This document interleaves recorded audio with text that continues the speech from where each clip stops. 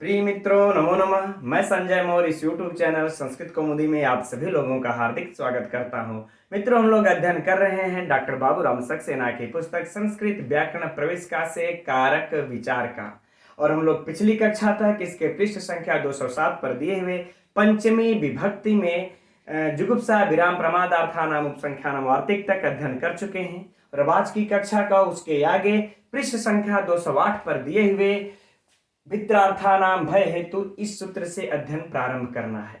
तो आप सभी लोग अपने पुस्तक संस्कृत व्याकरण प्रवेशिका का पृष्ठ संख्या 208 ओपन कर लीजिए। चलिए अध्ययन प्रारंभ करते हैं।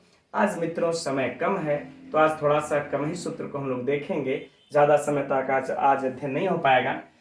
बस क्रम भंग ना हो इसलिए हुआ कि कुछ सूत्रों का अध्ययन कर लेते हैं। ठीक है, अच्छा देखते हैं हम लोग यह कैसा सूत्र है मित्रों। सबसे पहले तो यह देखते हैं संज्ञा सूत्र है। कैसा सूत्र है? संज्ञा सूत्र है।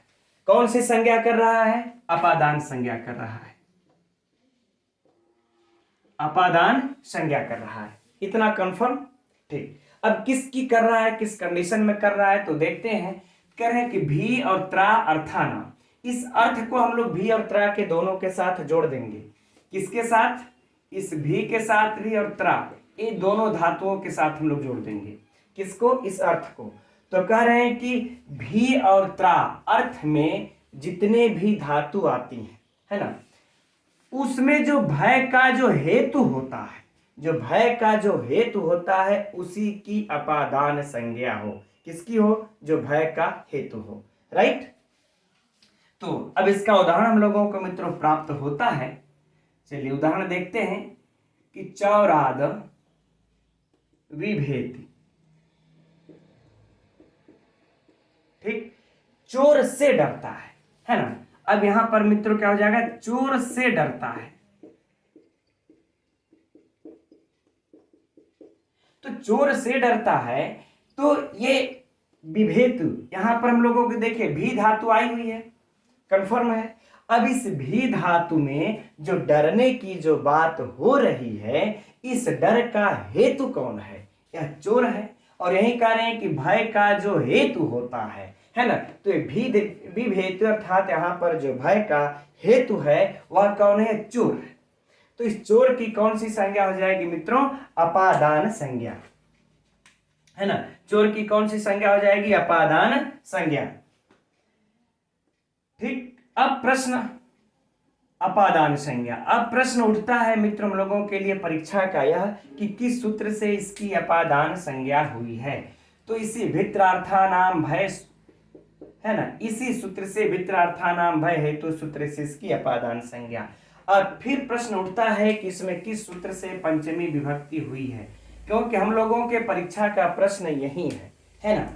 तो किससे हुई है मित्रों? अपादाने पंचमी से। अपादाने पंचमी से हुई है। राइट, कोई समस्या नहीं। अब अगला उदाहरण देख लेते हैं। अच्छा अभी हम लोग आगे। अब अगला उदाहरण है, देखिए सर्पाद भयम, सर्प से डरता है। तो सर्प में कौन सी विभक्ति होगी? पंचमी। वहां भी हम लोगों को कोई समस्या नहीं है। अब इसके आगे देखिए अगला उदाहरण है, अगले वाले उदाहरण को देखते हैं। रक्षमाम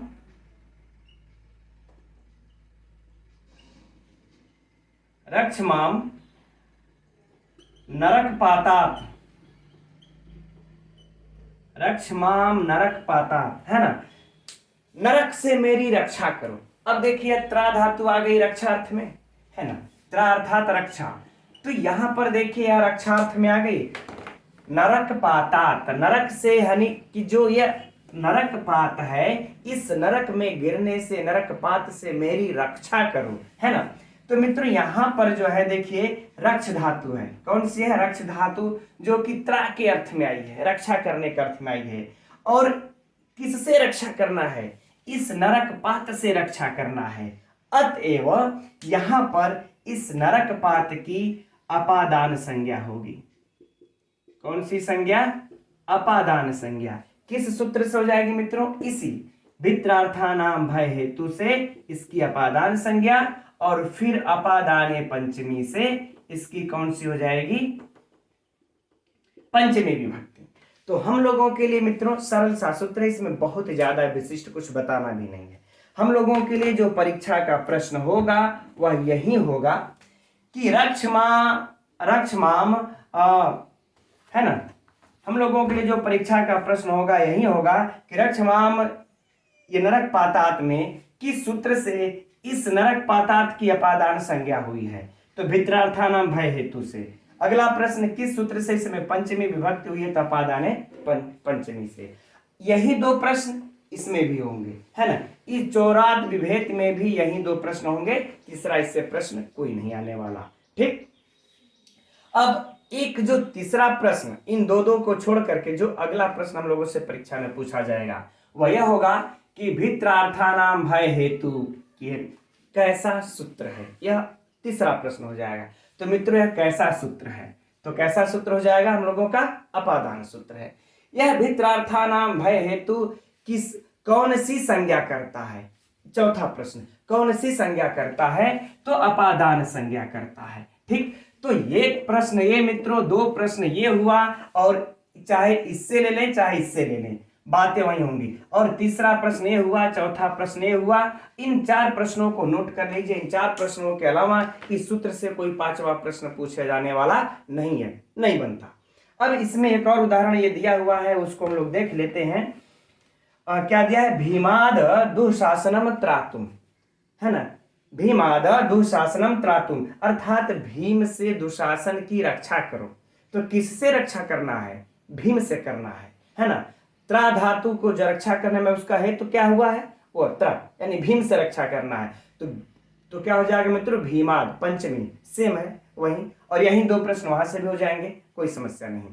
अब बात ये आती है, यद्यपि चलिए पुस्तक में नहीं हम लोगों के दिया हुआ है, लेकिन अध्ययन कर लेते हैं कि यह भय का हेतु हो वही ऐसा इन्होंने क्यों कहा, कि जो भय का हेतु हो उसी में पंचमी विभक्ति हो, ऐसा इन्होंने क्यों कहा। तो सुनिए, जैसे है हम लोग जंगल में जा रहे हैं और जंगल में हमको डर लग रहा है, तो क्या हो जाएगा, अरण्ये त्रायते, है ना। चाहे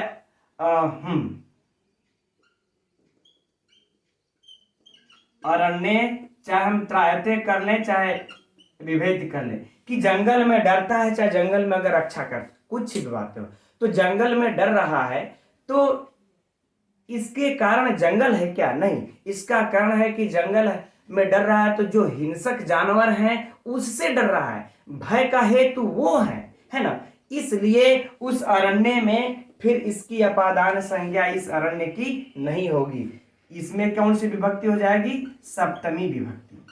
इसमें कौन सी विभक्ति हो जाएगी, सप्तमी, क्योंकि जो भय का हेतु होगा मित्रों वही जो है कि उसी की अपादान संज्ञा होगी। अब हम जंगल में जा रहे हैं, हमको डर लग रहा है, तो डर हमको जंगल से थोड़ा है, डर तो हमको वहां पर रहने वाले शेर इत्यादि हिंसक जानवरों से है। तो उसमें पंचमी उसकी अपादान संज्ञा होगी, जंगल की अपादान संज्ञा नहीं होगी। राइट, तो चलिए अब हम लोग आगे बढ़ते हैं अगले सूत्र की तरफ। तो अगला सूत्र है पराजेर सोढ़। यह कैसा सूत्र है मित्रों, यह भी संज्ञा सूत्र है। संज्ञा का विधान करता है। कौन सा संज्ञा करता है यह, तो कह रहे हैं कि यह भी अपादान संज्ञा करता है। हमने पहले भी चर्चा किया था मित्रों, सिर्फ ध्रुवम पाए अपादानम, यानी कि ध्रुव से जो अलग हो उसी की सिर्फ अपादान संज्ञा नहीं होती है, और भी लोगों की अपादान संज्ञा होती रहती है। तो ठीक है, देखते हैं इस सूत्र में, है ना, किसकी अब अपादान संज्ञा हो रही है। कर पराजेर, है ना, पराजे हसोढ़, अर्थात परा उपसर्ग के साथ यदि हम लोगों को कौन सा धातु आ जाए, जी धातु आ जाए, परा उपसर्ग के साथ जी धातु हो, लेकिन और करें असहाय अर्थ में हो। किस अर्थ में हो, असहाय। ठीक, इस असहाय अर्थ में हो, तो जो असहाय पदार्थ होगा, जो असहाय पदार्थ होगा उसी की अपादान संज्ञा होगी। किसकी, असहाय की अपादान संज्ञा। राइट, ठीक, असोढ़ अर्थात असहाय, यही इसका अर्थ है। तो उदाहरण देखते हैं इसका हम लोग, क्या है, अध्ययनात् पराजयते, अध्ययनात्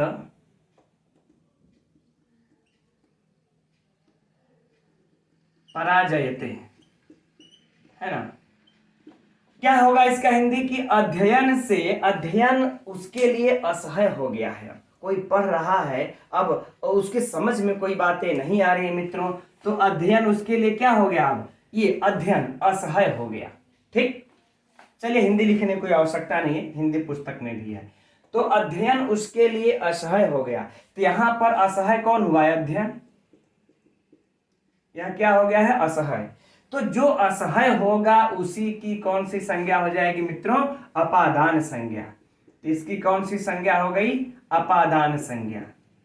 किस सूत्र से हुई, पराजेर सोढ़ा सूत्र से हुई, पराजेर सोढ़ा सूत्र से अपादान संज्ञा हो गई। अब आता है कि किस सूत्र से, तब इसमें पंचमी हो जाएगी, तो अपादाने पंचमी से इसमें पंचमी विभक्ति हो जाएगी। कोई समस्या, कोई नहीं। बस यही दो प्रश्न इस उदाहरण से पूछे जाएंगे कि अध्ययनात् पराजयते में अध्ययनात् की किस सूत्र से अपादान संज्ञा हुई है, तो पराजेर सोढ़ से अपादान संज्ञा हुई है। अध्ययनात् की किस सूत्र से पंचमी हुई है, तो अपादाने पंचमी से पंचमी हुई है। दो प्रश्न। तीसरा प्रश्न, पराजेर सोढ़ कैसा सूत्र है, तो यह मित्रों संज्ञा सूत्र है। अपराजेर सोढ़ कौन सी संज्ञा करता है, तो अगला उत्तर हो जाएगा अपादान संज्ञा करता है। चार प्रश्न है मित्रों, यह चार के अलावा एक प्रश्न इसमें से और बन सकता है कि परा उपसर्ग पूर्वक किस धातु का, है ना, जी नहीं देगा, परा उपसर्ग पूर्वक किस धातु का असह्य अर्थ में अपादान संज्ञा होती है, तो जी धातु का होती है। या फिर जी धातु का किस उपसर्ग के साथ, तो परा उपसर्ग के साथ। ये दोनों याद कर लेना है। अब इसमें बात कर दिए कि असोढ़ा, असोढ़ा इन्होंने ऐसा क्यों कहा, अगर असोढ़ा नहीं कहते तो क्या होता, तो देखिए करें कि शत्रुन पराजयते, शत्रुन पराजयते। ठीक, अब यहां पर देखिए है कि शत्रुन पराजयते, अब शत्रुओं को हराता है, यहां शत्रुओं को हरा दिया, असह्य है कहीं, नहीं है। अब शत्रु से हम लड़ने गए, हमने शत्रु को हरा दिया, तो ये जो असह्य वाली जो बातें आ रही थी, यह कहीं इसमें दृष्टिगत हो रही है, नहीं, असह्य नहीं है। तो जब असह्य नहीं है तो इस शत्रुन की तब अपादान संज्ञा नहीं होगी, कर्म संज्ञा होकर के इसमें कौन सी विभक्ति हो जाएगी, द्वितीय विभक्ति हो जाएगी। कौन सी विभक्ति हो जाएगी, द्वितीय विभक्ति हो जाएगी। कोई समस्या नहीं। अगर यही कहीं ये बात होता है कि शत्रुओं से वह शत्रु उसके लिए असहाय हो गए हैं, अगर ये जब हम अर्थ लगाएंगे तब इसकी अपादान संज्ञा होती है। ठीक, चलिए अब अगले सूत्र की तरफ चलते हैं। तो अगला सूत्र है वाणार्था नाम इप्सित, एकदम सरल सा सूत्र है। अभी तो देखते हैं मित्रों यह कैसा सूत्र है, यह भी संज्ञा सूत्र है। कौन सा संज्ञा कर रहा है, अपादान संज्ञा कर रहा है। एकदम फटाफट पढ़ते ये चलिए, समय अभाव है ना। संज्ञा सूत्र कर रहा है, अपादान संज्ञा है। किसकी अपादान संज्ञा कर रहा है, तो वर्णार्था नाम, यानी कि वर्णार्थक धातुओं के, वर्णार्थक धातुओं के प्रयोग में, जब इन धातु का जब प्रयोग हो, ठीक, इन धातुओं का प्रयोग हो तो करें इप्सिता, यानी कि इप्सित की, किसकी, इप्सित की अपादान संज्ञा हो। आगे बातें समझ में कि वर्णार्थक धातुओं के प्रयोग में इस इप्सित की अपादान संज्ञा हो। कंफर्म है ना। चलिए अब इसको थोड़ा सा इस प्रकार से हम लोग समझ लेते हैं कि इप्सित कहने का इनके भाव यह है कि जिस किसी भी वस्तु से या पुरुष से हम किसी की उससे दूर हटाते हैं, उससे दूर हटाते हैं, तब कह रहे हैं कि उसकी अपादान संज्ञा होती है। अब आइए उदाहरण में देखते हैं। यवेभ्यो गाम वारयत, यही है, यवेभ्यो गाम वारयति, ठीक है ना। अर्थात कि यह मतलब होता है जब, इसकी मीन्स क्या होता है, जब, ठीक। और गाय मने, गाय मने गाय, और वार्यत मने रोकता है या फिर हटाता है। क्या हो जाएगा, रोकता है या फिर हटाता है। हम मान लेते हैं गाय को हम चरा रहे हैं खेत में, ठीक है। अब पास में ही जौ ये बोया हुआ है, तो गाय हमारी उस जौ को न खा जाए, इसके लिए हम गाय को रोक रहे हैं, गाय को रोक रहे हैं। लेकिन गाय को जो रोक रहे हैं वो किससे रोक रहे हैं, किससे हम गाय को दूर हटा रहे हैं, इस जौ से। तो हमको इप्सित क्या हुआ, इस वारणार्था नाम, इस वारण या जो है रोकने के अर्थ में जो धातु आई है वार्यति, तो हमको इस धातु के प्रयोग में हमको इप्सित क्या है, यह जौ इप्सित है, इसलिए हम जौ से इसको दूर हटा रहे हैं। और जब जौ इप्सित है मित्रों, हम लोग इससे इसको दूर हटा रहे हैं, तो इस जौ की कौन सी संज्ञा हो जाएगी, अपादान संज्ञा। कौन सी संज्ञा, अपादान संज्ञा। किस सूत्र से हो जाएगी, वर्णार्थानाम इप्सित से हो जाएगी। अब किससे इसमें पंचमी हो जाएगी, तो अपादाने पंचमी से इसमें पंचमी हो जाएगी, अपादाने पंचमी से इसमें पंचमी हो जाएगी। अब इसमें भी मित्रों सेम उसी तरह से 4 प्रश्न इसके भी यहां से बनेंगे, है ना, कि यवेभ्यो गाम वार्यति में किस सूत्र से इसकी अपादान संज्ञा हुई है, ठीक, तो वर्णार्थानाम इप्सित सूत्र से। किस सूत्र से इसकी इसमें पंचमी विभक्ति हुई है, दूसरा प्रश्न, तो अपादाने पंचमी से हुई है। यह कैसा सूत्र है, तो संज्ञा सूत्र है। तीसरा प्रश्न, कौन सी संज्ञा करता है, अपादान संज्ञा करता है। चौथा प्रश्न, पांचवा प्रश्न हो जाएगा, वारण के अर्थ में किसकी अपादान संज्ञा होती है। वारण के अर्थ में या वारणार्था नाम धातुओं के प्रयोग में किसकी अपादान संज्ञा होती है, तो इप्सित की अपादान संज्ञा होती हो जाएगा हम लोगों का पांचवा प्रश्न। कौन सा प्रश्न हो जाएगा मित्रों, पांचवा प्रश्न। अब बात कर लेते हैं, चलिए अच्छा, अगला भी उसी प्रकार से उदाहरण है, मित्रम पापात निवार्यति, मित्र को पाप से रोकता है। किससे रोक रहा है, पाप से, तो पाप में कौन सा हो जाएगा, पंचमी विभक्ति हो जाएगा, पापात, ठीक, बाकी वही है। अब इसमें एक चीज और भी हम लोग जोड़ लेते हैं, इसी उदाहरण में देख लेते हैं, क्षेत्रीय करके, कि यह इप्सित क्यों कहे, है ना। अब प्रश्न हम लोग यहाँ पर एक अपने आप से ये कर लेते हैं कि इन्होंने यहाँ पर जो है कि इप्सित क्यों कहा।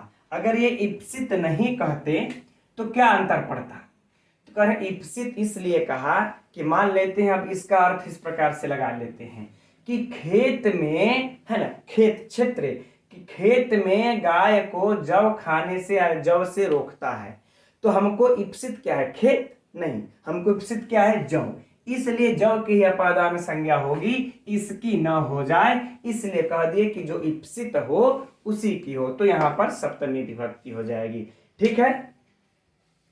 चलिए अब अच्छा एक सूत्र और देख लेते हैं। तो अब अगला सूत्र है अंतर्धो एना दर्शनम इच्छति। यह कैसा सूत्र है मित्रों, यह भी संज्ञा सूत्र है।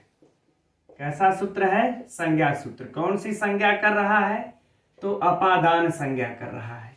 कौन सी संज्ञा कर रहा है, अपादान संज्ञा कर रहा है। किसकी कर रहा है, तो कह रहे हैं कि अंतर्धव, है ना, अंतर्धव अर्थात अंतर्धी, व्यवधान होने पर, है ना, अंतर्धी अर्थात कह लें कि व्यवधान होने पर।